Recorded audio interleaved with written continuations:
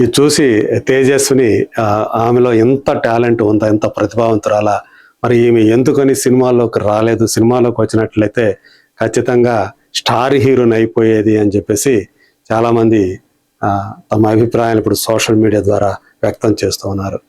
So మొత్తానికి బాలయ్య కుమార్తె, so ఈ విధంగా చిన్న కుమార్తె తేజస్వినిలో ఉన్నటువంటి ఆ బహుముఖ ప్రజ్ఞ ఏదైతే ఉందో అది ఇప్పుడు మరోసారి ప్రపంచానికి తెలిసింది అని చెప్పేసి అందరూ కూడా చెప్పుకుంటూ ఉన్నారు.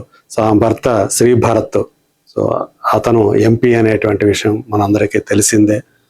ఒక పక్క వాళ్ళకి సంబంధించినటువంటి వ్యాపార వ్యవహారాల్లో పాల్గొంటూ వస్తూనే, డైరెక్టర్గా ఉంటూ వస్తూనే, మరోవైపు తనలో ఉన్నటువంటి ఆ జీల్ ఏదైతే ఉందో, ఆ డ్యాన్సింగ్ జీల్ కానివ్వండి, అలాగే నటనకు సంబంధించినటువంటి ఆ ఆసక్తి కానివ్వండి, యాడ్స్ రూపంలో అంటే యాడ్స్లో నటించడం ద్వారా, అలాగే ఇలాంటి ఒక డ్యాన్స్ వీడియోని రిలీజ్ చేయడం ద్వారా ఆమె ప్రదర్శిస్తూ ఉందని చెప్పేసి చెప్పుకోవాలి.